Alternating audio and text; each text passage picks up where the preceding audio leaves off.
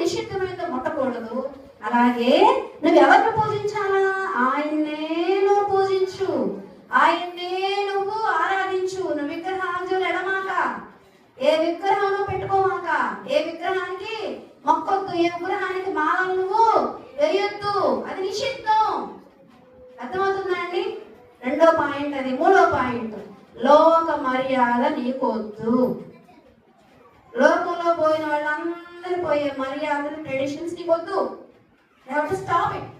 ఈ రోజు నుంచి, ఈ క్షణం నుంచి అయినా ఈ మాటలు వింటున్నందుకు వాటిని పక్కన పెట్టేసాయి.